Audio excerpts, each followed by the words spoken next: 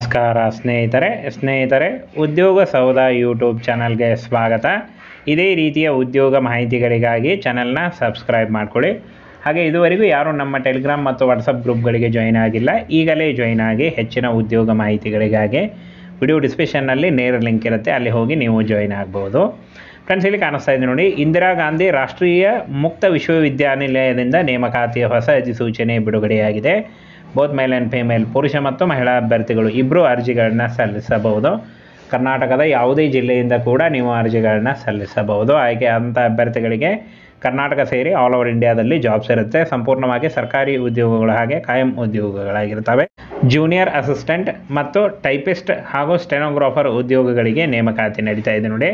ಒಟ್ಟು ಇಲಾಖೆಯಲ್ಲಿ 102 ಹುದ್ದೆಗಳಿದ್ದಾವೆ. ಇನ್ನು PUC ಮತ್ತು ಪದವಿ ಪಾಸ್ ಆಗಿದ್ದರೆ ನೋಡಿ, PUC ಮತ್ತು ಯಾವುದೇ ಡಿಗ್ರಿ, ಎನಿ ಡಿಗ್ರಿಯನ್ನು ಪಾಸ್ ಮಾಡಿಕೊಂಡಿದ್ದರೂ ನೀವು ಅರ್ಜಿಗಳನ್ನ ಸಲ್ಲಿಸಬಹುದು.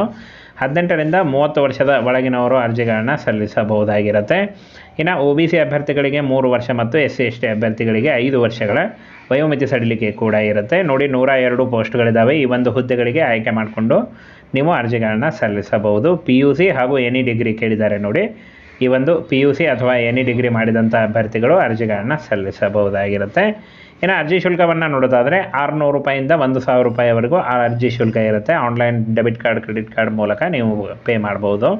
ಇನ್ನು ಅಪ್ಲಿಕೇಶನ್ ಹಾಕಲಿಕ್ಕೆ ಕೊನೆಯ ದಿನಾಂಕ 21 ಡಿಸೆಂಬರ್ 2023 ಅರ್ಜಿ ಸಲ್ಲಿಸಲಿಕ್ಕೆ ಕೊನೆಯ ದಿನಾಂಕ ಆಗಿರುತ್ತೆ ನೋಡಿ.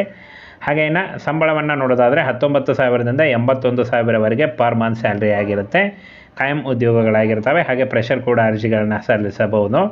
ಸಂಪೂರ್ಣವಾಗಿ ಪ್ರೆಷರ್ ಇದ್ದರೂ ಕೂಡ ನೀವು ಅರ್ಜಿಗಳನ್ನ ಸಲ್ಲಿಸಬಹುದಾಗಿರುತ್ತೆ. ಆನ್ಲೈನ್ ಮೋಡ್ ಮೂಲಕ ಈ ಒಂದು ಅಫಿಷಿಯಲ್ ವೆಬ್ಸೈಟ್ಗೆ ಹೋಗಿ ನೀವು ಅರ್ಜಿಗಳನ್ನ ಸಲ್ಲಿಸಬಹುದು. ಇದರ ನೇರ ಲಿಂಕನ್ನು ವಿಡಿಯೋ ಡಿಸ್ಕ್ರಿಪ್ಷನ್ನಲ್ಲಿ ಕೊಟ್ಟಿರ್ತೀನಿ, ಅಲ್ಲಿ ಹೋಗಿ ಮೊದಲು ರಿಜಿಸ್ಟರ್ ಆದ ನಂತರ ಅಪ್ಲಿಕೇಶನ್ ಫಾರ್ಮ್ ಓಪನ್ ಆಗುತ್ತೆ, ಅಲ್ಲಿ ಹೋಗಿ ನೀವು ಅರ್ಜಿಗಳನ್ನ ಸಲ್ಲಿಸಬಹುದು. ಇನ್ನು ಒಂದು ಸೂಚನೆಯನ್ನು ಕೊಟ್ಟಿದ್ದಾರೆ ನೋಡಿ, ಎಲ್ಲ ಭಾರತೀಯ ಪುರುಷ ಮತ್ತು ಸ್ತ್ರೀ ಅಭ್ಯರ್ಥಿಗಳು ಅರ್ಜಿಗಳನ್ನ ಸಲ್ಲಿಸಬಹುದು ಅಂತ ಕೊಟ್ಟಿದ್ದಾರೆ ನೋಡಿ. ಕ್ಲಿಯರಾಗಿ ಮೆನ್ಷನ್ ಮಾಡಿದ್ದಾರೆ. ಇದೊಂದು ಕೇಂದ್ರ ಸರ್ಕಾರಿ ಉದ್ಯೋಗಗಳಾಗಿರ್ತವೆ, ಹಾಗೆ ಒಂದು ಕಾಯಂ ಉದ್ಯೋಗಗಳಾಗಿರ್ತವೆ. ಇನ್ನು 102 ಪೋಸ್ಟ್ಗಳಿದ್ದಾವೆ. ಹುದ್ದೆ ಹೆಸರು ಜೂನಿಯರ್ ಅಸಿಸ್ಟೆಂಟ್ ಮತ್ತು ಟೈಪಿಸ್ಟ್ ಹುದ್ದೆಗಳು 50 ಹುದ್ದೆಗಳಿದ್ದರೆ, ಸ್ಟೆನೋಗ್ರಾಫರ್ 52 ಹುದ್ದೆಗಳಿದ್ದಾವೆ. ಈ ಒಂದು 102 ಹುದ್ದೆಗಳಿಗೆ ನೇಮಕಾತಿ ನಡೀತಾ ಇದೆ. ಇನ್ನು ಫ್ರೆಂಡ್ಸ್, ಅರ್ಹತಾ ಮಾನದಂಡವನ್ನು ನೋಡೋದಾದರೆ ಜೂನಿಯರ್ ಅಸಿಸ್ಟೆಂಟ್ ಮತ್ತು ಟೈಪಿಸ್ಟ್ ನೋಡಿ 50 ಹುದ್ದೆಗಳಿದ್ದಾವೆ. 19,000ದಿಂದ 63,000ವರೆಗೆ ಪರ್ ಮಂತ್ ಸ್ಯಾಲ್ರಿ ಆಗಿರುತ್ತೆ. 18ರಿಂದ 27 ವರ್ಷದ ಒಳಗಿನವರು, ಹಾಗೆ SSLC ಮತ್ತು PUC ಹಾಗೂ ಕಂಪ್ಯೂಟರ್ನಲ್ಲಿ ಮತ್ತು ಇಂಗ್ಲೀಷ್ನಲ್ಲಿ 40 ವರ್ಡ್ಸ್ ಪರ್ ಮಿನಿಟ್ ಅಥವಾ ಹಿಂದಿಯಲ್ಲಿ 35 ವರ್ಡ್ಸ್ ಪರ್ ಮಿನಿಟ್ ವೇಗದೊಂದಿಗೆ ಟೈಪಿಂಗ್ ಮಾಡಬೇಕು ಅಂತ ಹೇಳಿದ್ದಾರೆ. ಮಾನ್ಯತೆ ಪಡೆದ ವಿಶ್ವವಿದ್ಯಾನಿಲಯದಿಂದ ಪದವಿ ಮುಗಿಸಿದರೆ ನೀವು ಅರ್ಜಿಗಳನ್ನ ಸಲ್ಲಿಸಬಹುದು. ಇನ್ನು ಸ್ಟೆನೋಗ್ರಾಫರ್ ಹುದ್ದೆಗಳಿಗೆ SSLC ಮತ್ತು PUC ಆದಂಥ ಅಭ್ಯರ್ಥಿಗಳು ಅರ್ಜಿಗಳನ್ನ ಸಲ್ಲಿಸಬಹುದು. 52 ಹುದ್ದೆಗಳಿದ್ದಾವೆ. ವೇತನ 25,000ದಿಂದ 81,000 ಪರ್ ಮಂತ್ ಸ್ಯಾಲ್ರಿ ಆಗಿರುತ್ತೆ. ಹಾಗೆ 18ರಿಂದ 30 ವರ್ಷದ ಒಳಗಿನವರು ಅರ್ಜಿಗಳನ್ನ ಸಲ್ಲಿಸಬಹುದು. ಇನ್ನು SLC, PUC ಮತ್ತು ಇಂಗ್ಲೀಷ್ ಮತ್ತು ಹಿಂದಿನಲ್ಲಿ ಟೈಪಿಂಗ್ ಗೊತ್ತಿದ್ದರೆ ನೀವು ಅರ್ಜಿಗಳನ್ನ ಸಲ್ಲಿಸಬಹುದಾಗಿರುತ್ತೆ. ಹಾಗೆ ಇನ್ನು ವಯೋಮಿತಿ ಸಡಿಲಿಕೆ ಕೂಡ ಇರುತ್ತೆ ನೋಡಿ. SC/ST ವರ್ಗದ ಅಭ್ಯರ್ಥಿಗಳಿಗೆ 5 ವರ್ಷ ಇದ್ದರೆ, OBC ಅಭ್ಯರ್ಥಿಗಳಿಗೆ 3 ವರ್ಷ ಇರುತ್ತೆ. ಇನ್ನು PWD ವರ್ಗದ ಅಭ್ಯರ್ಥಿಗಳಿಗೆ 10 ವರ್ಷಗಳ ವಯೋಮಿತಿ ಸಡಿಲಿಕೆ ಕೂಡ ಇರುತ್ತೆ.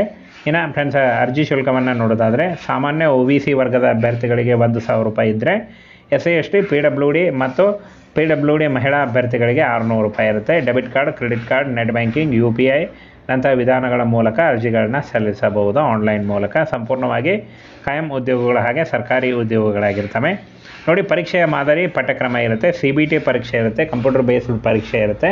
ಇದನ್ನು ಪೌಸ್ ಮಾಡಿ ನೋಡ್ಕೊಳ್ಳಿ ಅಥವಾ ನೀವು ಸ್ಕ್ರೀನ್ಶಾಟನ್ನು ಕೂಡ ತೆಗೆದುಕೊಳ್ಬೋದು. ಸಬ್ಜೆಕ್ಟು, ಸೆಲೆಕ್ಷನ್ನು ಹಾಗೆ ಮಾರ್ಕ್ಸ್ ಸಂಪೂರ್ಣ ಮಾಹಿತಿ ಕೊಟ್ಟಿದ್ದಾರೆ ನೋಡಿ. ಪರೀಕ್ಷೆಯ ಮಾದರಿ ಇರುತ್ತೆ, ಇದನ್ನು ನೀವು ಸೇವ್ ಮಾಡ್ಕೊಂಡಿಟ್ಕೊಳ್ಳಿ.